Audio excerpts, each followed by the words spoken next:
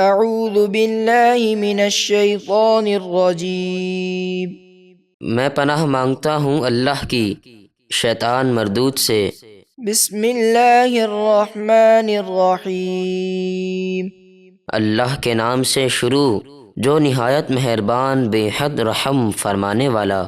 وَإِنَّ لَكُمْ فِي الْأَنْعَامِ لَعِبْرَةً نُسْقِيكُم مِّمَّا فِي بُطُونِهِ مِن بَيْنِ فَرْثٍ وَدَمٍ لَبَنًا خَالِصًا سَائِغًا لِّلشَّارِبِينَ۔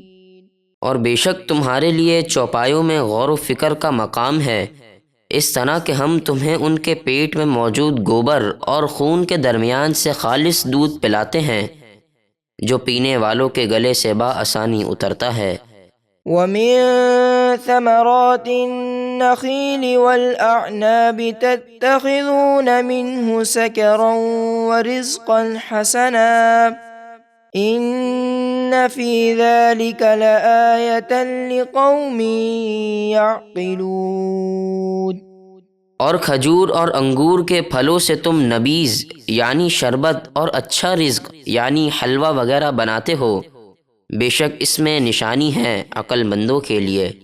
وَأَوْحَى رَبُّكَ إِلَى النَّحْلِ أَنِ اتَّخِذِي مِنَ الْجِبَالِ بُيُوتًا وَمِنَ الشَّجَرِ وَمِمَّا يَعْرِشُونَ۔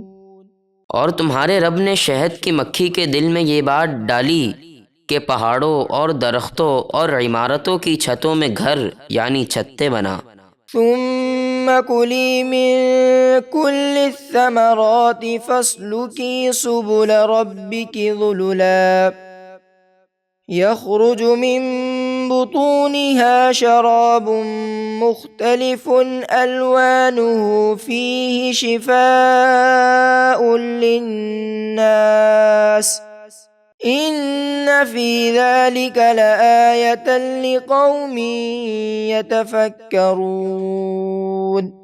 پھر ہر قسم کے پھلوں کا رس چوس، پھر اپنے رب کے بنائے ہوئے نرم اور آسان راستوں پر چل، اس کے پیٹ سے مختلف رنگوں کا پینے والا شہد نکلتا ہے جس میں لوگوں کے لیے شفا ہے، بے شک اس میں نشانی ہے غور و فکر کرنے والوں کے لیے۔